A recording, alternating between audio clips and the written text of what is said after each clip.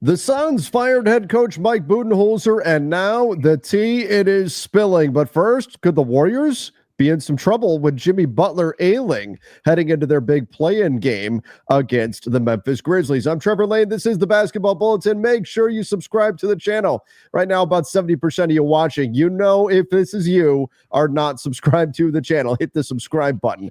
It's free. Joining me is Donnie Freeman. Donnie, that was an epic Warriors-Clippers game yesterday. Loser goes to the play-in, and the Clippers pulled it off in overtime. But if you saw near the end of that game, Jimmy Butler was limping pretty badly.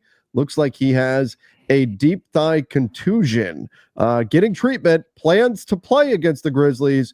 But if he's not 100%, that could be a big problem for Golden State.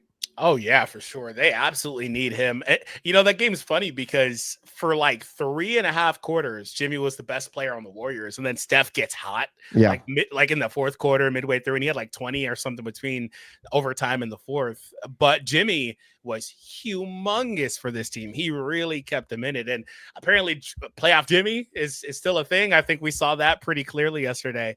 But yeah, they absolutely need him because he just opens up so much for this team, and they're not going anywhere without him being fully healthy. Yeah, look, the Warriors are a 7-point favorite in tomorrow's matchup against the Grizzlies. It will be held in the Bay in Golden State. But man, if Jimmy is not able, he was not moving well. Now, he stayed in the game. Obviously, it's not a serious injury, but that thigh contusion, if that is limiting him at all, the Grizz are a team. Like if he gets switched onto Ja and he can't move laterally to stick with him, Des Bane can get going. There are some guys that can do some damage on this Memphis team. So I look, the Warriors are the heavy favorite. They're the favorite for a reason. I think the Warriors are going to take care of business. They're going to wind up being the 7th seed. But if Jimmy Butler's not 100%, I think that throws it all much more up in the air. So this is definitely going to be something to keep an eye on heading into this game.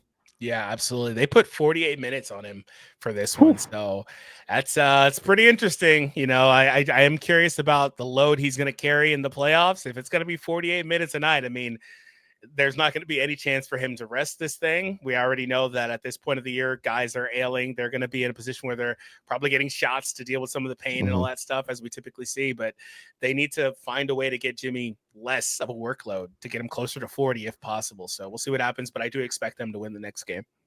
All right, we've got all kinds of stuff coming out of the desert about Mike Budenholzer, and it's not pretty. We're going to get to that right after this. The NBA playoffs are right around the corner, and there's nothing like seeing a playoff game in person. That's why I'm thrilled to have SeatGeek as the sponsor of this video. With over 28 million downloads, SeatGeek is the #1 rated ticketing app. There are over 70,000 events listed on SeatGeek, including concerts, sports, festivals, and more. Right now, you can get tickets to the MLB season, and the NBA playoffs are right around the corner.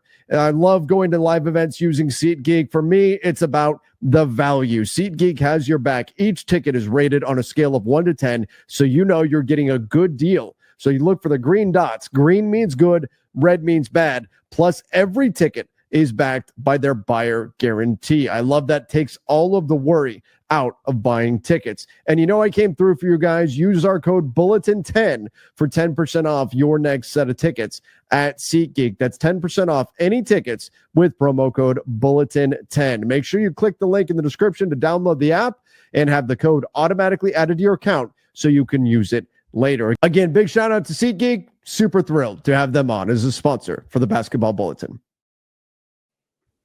All right, let's get into this. Here's Shams Charania on the firing of Mike Budenholzer, where things are going in Phoenix, and then a local Phoenix radio host. Oh boy, he gave us a lot of details on what really went on behind the scenes. Here we go.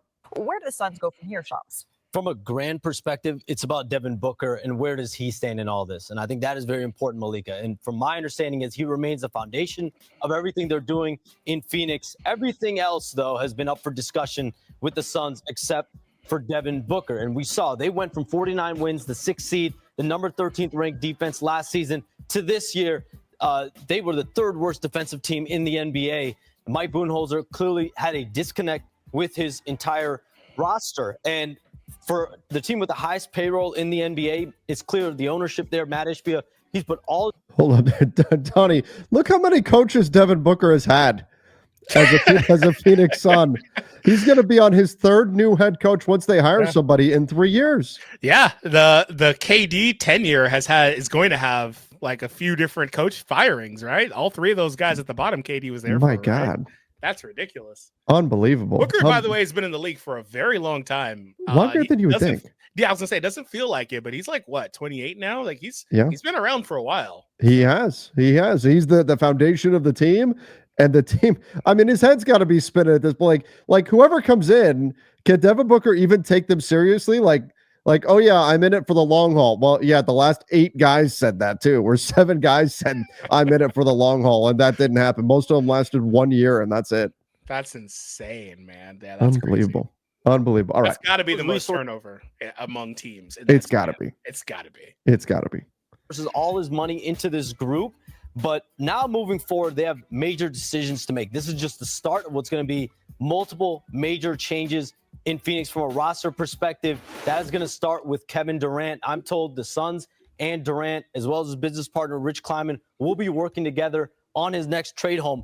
But a lot of that will determine by the playoffs which team feels like they're a Kevin Durant away from winning a championship. We'll know within the next couple months. So this is now going to be one of the biggest stories of the summer, not just, the Suns and their head coaching situation, but where's Kevin Durant going? Obviously, if KD and the Suns are working together to find his next team, it's over. We've seen the end of Kevin Durant in a Suns jersey. It's done. The question is going to be which team falls short in the postseason. Which team does not live up to expectations, and that's going to immediately become a landing spot for Kevin Durant. That's going to be really interesting to keep an eye on for sure. But this team obviously was very flawed. Kevin Durant being traded, that's kind of just because they don't have any other options here. They can't really move Bradley Beal. They can't really buy him out, even though there's been some rumors about that. They can't really do it. So there's not much else you can do. You can change the coach, and you could probably trade KD. Maybe somebody be interested in Grayson Allen, but that's about it. Yeah, Donnie, they're in a tough spot in Phoenix. They've really put themselves in a corner here, and I don't know if they're going to be able to dig their way out of this summer. Yeah, and then also there is the other big contract on their books they could probably look to move on from too. For Booker, right? Like they could move Booker if they want, but that's the one piece that everybody would want. They don't want to move. Yeah, that's the one that they don't want to move, but that is still a nuclear option that's up for consideration that a team could do. In terms of KD, we were already pretty sure he was gone anyway. I mean, they tried to trade him. I'm sure he wasn't happy about that. It was funny how it all just kind of broke down because it was, they're just kind of listening, but then that's weird. But then it's all of a sudden more teams kept calling and they were serious about it and almost did it. Like, to Golden State, they were very serious about getting KD before they got Jimmy. KD's probably wasn't happy about that. His camp wasn't happy about that. And now he's played his last game there. And I do wonder what the options will be like, regardless of who falls short. I mean, he makes a lot of money. The CBA makes it hard to trade some of these guys. You're going to have to look at some 3-4 team deals most likely. And there was talk about him maybe going to like Minnesota. I don't know how possible that truly was because of all this stuff. Like it's hard to match salaries to get KD to a destination like that. And then you're going to deal with the fact that he's got that, 1 year salary. So it's like, I don't want to go here. So don't trade for me because I'm not going to he's going to be able to do all that stuff. And it's just going to be a huge mess overall. And we talked about this. I said, whatever team, as Shams just said, is a Kevin Durant away from a championship. Well, okay, whoever that team is, we'll know by the end of the playoff, end of the summer, fine. But do they have what it takes in terms of assets? Because there was also that report of all the things they would want in a KD trade. How true is right? Like, do they have what it takes to actually get a Kevin Durant? Like, and if they do, and they give up that stuff, does KD just go, wait, I don't want to go there if all that stuff's not. I only want to go there if that stuff is there. That's crazy. That's the problem. Like, do we have to, by the way, I was talking about the KD coaching thing. Do we have to have a conversation about Kevin Durant? Maybe. This is getting out of hand. All the team hopping, super teaming, and coach firings. It's getting a little out of hand, personally. Yeah. It is, and do you think that's tarnishing Kevin Durant? And I hate the whole how does this change his legacy or whatever? But I don't like that either. But I do think I do think that KD is phenomenal. Like I think when I sit down and do a list, he's probably top 10 for me or right there, like in that area. But I do think this will change how he's remembered. Because that's all he's been doing lately is team hopping, super team forming, coach firings. Like it's getting out of hand for me personally. And it's crazy that a player that great doesn't have like a destination that I would say is, this is his home. When it's all said and done, like is KD getting a statue in most of these places? No, maybe OKC, but like that's it. So I just overall, I don't think this is a great look for him to continually be doing this and being in these situations with these teams personally. That's why I just posed the question. Like I said, I know he's great. I still believe he's great, but I don't think that the perception of him is going to be as great as he is. It's also murky anyway, because people look at those Golden State years a certain way. So sure, they discount those. I don't know, man. It's crazy. But yeah, for Kevin Durant, he's going to be in a weird spot here because what team are you seriously going to go to? And if you're going there, do they have what Phoenix wants back? Like, is Phoenix going to have to sell low? They, you know what? They're going to have to make a decision. They're going to have to decide: do we want assets, and do we want those to be win now assets or future assets, or do we want flexibility? I don't know that they can get both. I don't know that they can get both. It's crazy, man. They may just have to get rid of Booker, man. Just reset the whole. Because here's but they're not willing to. That's the problem, and it may take another year of struggling for Booker to finally say, "Yeah, guys, this isn't working." Yeah, I'd expect Booker to probably play that card sooner than later if they struggle again, because he is 28, 29 soon. I'd expect him to play that card soon. He's been there for quite a while. So nothing's been panning out, but you may have to do it because you may find yourself in a situation where you just need to reset this thing. They played their cards terribly, and they would be better off if they didn't try to force the CBA's hand a couple seasons ago. Well, so in the press release announcing Mike Budenholzer's firing, it came across like the Suns were blaming him for what was wrong with their team.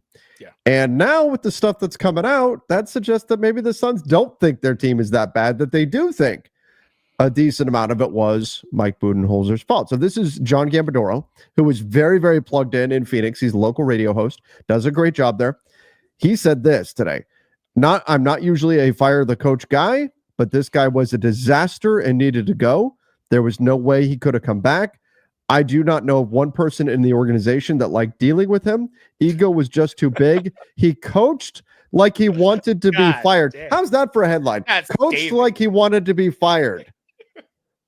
That's scathing, man. Like this is ridiculous. It's worse than the stuff with Malone, which, in hindsight, we talked about that. Yeah. We're talking about like some of those guys and their numbers in certain positions, but really what it is like if they're paired with Jokic, that probably was carrying them. So I don't know, but this is much worse than the stuff we heard with Malone. That's scathing. But so if we go back a year, I feel like Vogel was done wrong. They gave him a roster that didn't suit his needs at all. But at the same time, they won 49 games, were like the 6th seed or something like that. Like, did he overachieve with that team? Like, because at this point, they're going to be looking at another coach again. What's happening here? Do they? Where's the disconnect? Rumors are that they're not going to be, and we'll see, but that they're not going to be interested in Mike Malone. They're not going to be interested in Taylor Jenkins. But yeah, I mean, it seems like for the Suns, they're putting a lot of the blame on the head coach, which, look, if Coach Bud really was this bad there, that, maybe there were some issues, but they seem to be of the mindset that this is the biggest factor. John Gambadoro said Bud was not the only reason for the Suns' failures, but he was a huge reason. He was the most obvious and glaring issue this year. The Suns are going to make a lot of other changes too. This is just the beginning. So I think that's going to prevent the Suns, that mindset, right or wrong. And maybe they're right. Maybe they get a different coach and that solves everything. It hasn't worked the 7 times they did it before this, but maybe this time it does work. But they seem to believe that changing the head coach is going to make a big difference with this team. Now, obviously, they're going to make roster changes too. Kevin Durant's going to be on his way out. That's going to be a big change, obviously, for the Suns. But they seem to have the opinion that Coach Bud, Mike Budenholzer, was a problem for this team, and that switching him out with someone, whoever that is, maybe it's Willie Green. That's some of the rumors right now, who is still under contract right now with the Pelicans. But the belief is that just changing out the coach will be a big step towards changing things with the Suns. Do you buy this whole he coached like he wanted to be fired thing? Like Mike Budenholzer is now going to get paid for the next 3, maybe 4 years to not coach the Phoenix Suns. Frank Vogel is getting paid for at least a few more years to not coach the Phoenix Suns. I don't know, Donnie, like that doesn't sound like such a bad gig either. If you're an NBA head coach, hey, yeah, it sucks I lost my job, but they're going to pay me for the next 3 years or whatever to do the job anyway. But I don't have to do the job. Yeah. That sounds like a pretty sweet gig. There's a few coaches like that too, like Mike Brown. Some other guys are probably in a similar spot. You know what this reminds me of? Who I think of when you say he coached like he wanted to be fired. It reminds me of former Phoenix coach Monty in Detroit. Oh God, where they gave him that big old contract just to persuade. Like that should have been a red flag when he's telling you no, and then you just keep adding money, and so until finally he's like, "F it, all right." I guess if you want to throw that much money at me, they fire him after 1 year, right? Like, that's what that reminds me of. Now they're doing great this year, but he didn't really want to do it, and so I wonder about that with Bud. Like the thing with Bud, going from Vogel to Bud is like as lateral of a move as you can make. You could argue going from Monty to Vogel, who at least has a championship to his name, is a pretty lateral move just for the sake of making a move in the first place. I do wonder how much these guys keep losing the locker room. There were several times where Bud had, issues with players like KD, very publicized, like right there in the middle of the game. They were like, KD shrugged his arm away, all this other stuff, if I remember correctly. So I'm sure he lost the locker room, and I'm sure that his ego was pretty big because he is a championship head coach. But I feel like they probably did a great job vetting him before. I'd imagine they did, and they probably knew these things going into it. So that's my one thing about it. But yeah, I'm sure that after a while, he probably didn't want to be in a losing situation anymore anyway, because you've got this team that's got this outsized expectation because the names on the roster and the size of the payroll, but you don't actually have a cohesive unit. And so the expectations don't match reality, in my opinion, with this team. I think this team needs a huge makeover, and it would probably suck to be that guy in the chair for this team for a lot of different guys out there. Yeah, I mean, I think this Phoenix Suns team, it's a lesson in a few things. It's a lesson if you're going to put 3 stars together, especially under this CBA, you've got to have 3 guys that fit. And that means you can't have duplicative skill sets here, which we've got with Booker, with Durant, with Beal. They're not exactly the same player, but all 3 of them are at their best with the ball in their hands, putting the ball in the basket. You can't have that. You can't have that kind of overlap. And when you look at the rest of the roster, it's just not there. Royce O'Neal's a good player. Grayson Allen's a good player, but you don't have the kind of depth that you really need on this team. And they've tried to make a few moves here and there, but ultimately, I think you're right. You could argue they set Frank Vogel up to fail. I think our Lakers did the same thing. I thought they set Frank Vogel up to fail. They gave him a team that did not fit his skill set whatsoever. And you could be doing the same thing to the next coach unless you are truly willing to bite the bullet, take the pain, and build a cohesive lineup. And maybe a Durant trade can do enough of that. Maybe you can find enough 3-and-D talent to make in a Durant trade to suddenly make this work around Devin Booker, and we'll see what happens with Bradley Beal. And there you go. But that's a big maybe. I think the Suns are closer to tearing this whole thing down than actually figuring out a way to put together a cohesive roster around Devin Booker here. Because I just don't know. I don't know that they've got the assets left. I don't know they've got the pieces left to put together the kind of team that they need, or at least to do it in the time frame that Devin Booker has. He's 28 years old. He's in his prime. He wants to win right now. I don't know if I see a path towards, and maybe this summer they work some magic, they find a way, but they've got a lot of work to do to turn this into a cohesive roster. Yeah, I mean,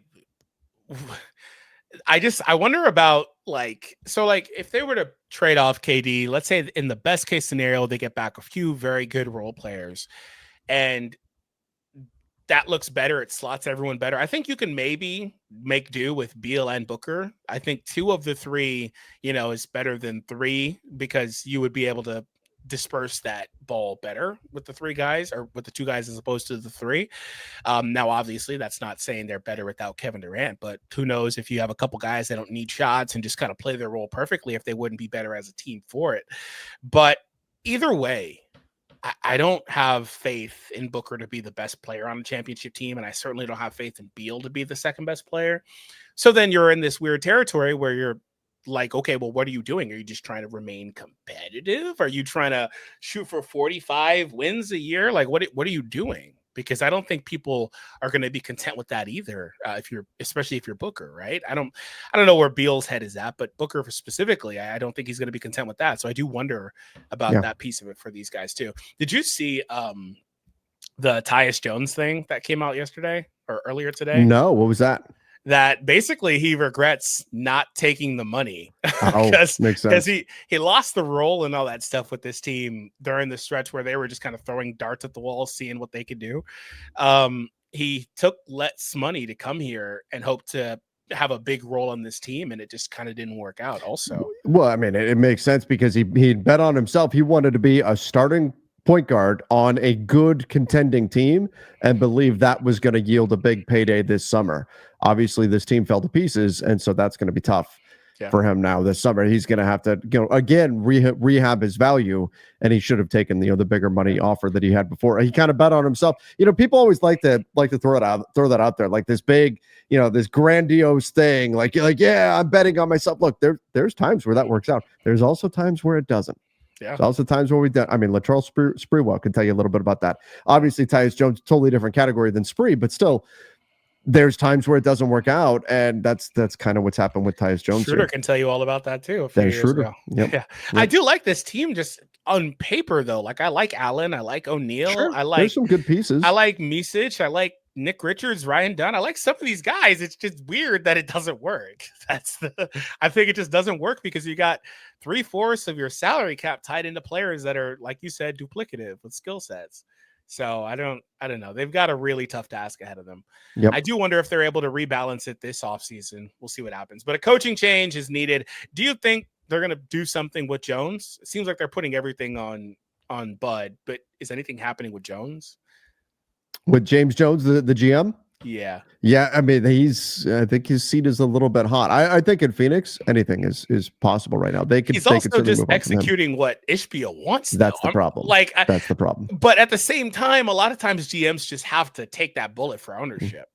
So, yeah, I mean, it's the fire Nico stuff, although that is legit, like was Nico's plan and everything, but his idea. Should some of it be on ownership as well, and then what percentage? How do you divvy that up? And perhaps that's maybe Matt Ishbia is more involved in Phoenix. The rumors have been that he's been more involved in the decision-making process, so maybe that is something that helps to shield James Jones. But clearly, look, I think one of the things that we see new ownership do is they tinker too much. They want to play with the new toy and they tinker too much. I think that happened with the Phoenix Suns, and now I think there's pressure on them to make moves, to change things, to show everybody, look, we fixed this, and this.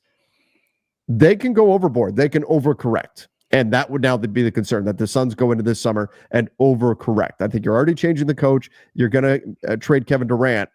How many other moves are you going to make on top of that? Are you also going to swap out your general manager, which maybe we do see something like that happen. But I'd be careful if I'm Phoenix, because the grass isn't always greener. And if they make the focus has to be on making the right moves and feeling comfortable with those moves. Making a bunch of moves just to point and say, see, we made all of this different, doesn't necessarily mean you're getting better. That's worst case scenario. I just don't think you can do that. But at the same time, we saw Ishbia come in, and the very first thing he did was shake things up with a trade and a coach change and all this stuff. So I do wonder if he's going to finally be able to take his hand off it and just let the process be the process. So we'll see what happens with them for sure. But KD being gone, do you have any quick rapid fire destination for KD? I believe we talked about it. We've talked it. I still think the dark horse would be like Portland would be funny. Dallas is a team that could certainly have a lot of motivation to get in there. Miami is always going to be into a star level player. Those are teams that I think would have some interest. Houston, I think Houston is going to wait for the Devin Booker situation to resolve and maybe go there. But who knows? Maybe if they get some lottery luck with ironically the Suns pick. Like if the Suns, let's say the Suns pick winds up 4, right? And Houston gets some lottery luck. And because Houston's got their pick, at what point do the Suns budge? If Houston says, hey, we don't want KD, we want Booker, we've got your future picks, we'll give them back, and we're giving you the 4 pick this year. Like, at what point do the Suns just go, okay, you know what I mean? Like, I know they don't want to trade Book, but they've got, I mean, the Rockets have the Suns' future. Yeah. At some point, they're going to make that offer. What about a couple East teams? Like, I wonder if, like, for example, Atlanta or Indiana. Sure. Like, I wonder if Indiana is a KD away. Indiana, yeah, that could be an interesting one, especially because they're not a team that's going to attract a lot of free agents. But will KD want to re-sign, want to extend in Indy? That's always going to be the question. KD, man, you're like 37 now. It's coming to an end, bro. You gotta find somewhere and he's still great though. No, he is. He's got to find somewhere and stay there. All the team hopping, man, it's got to stop. You got to find somewhere and stay there. Yeah. Hopefully his next destination is his last one, for better or worse. But I think Indiana, if they could keep some of their guys, maybe give up one of their younger guys, that could be pretty intriguing. We'll see. That's an interesting idea, Indy. We'll see how they do in the postseason. Obviously, they've got a big first-round matchup with the Bucks, so we'll see where that goes. But everybody, give us your thoughts in the comments down below. What do you think about the Suns, the Coach Bud situation? Mike Budenholzer kind of being thrown under the bus by Phoenix, but a lot of people around Phoenix saying, yeah, it was not good with him. Are they making the correct decision here? Where do things go? And can they actually put this team back together? Or are they ultimately going to have to trade Devin Booker and start from scratch? Give us your thoughts in the comments down below. And go check out the video from earlier today, a reaction to the Mike Budenholzer firing and what happened there. Till then, everybody, see ya and stay safe.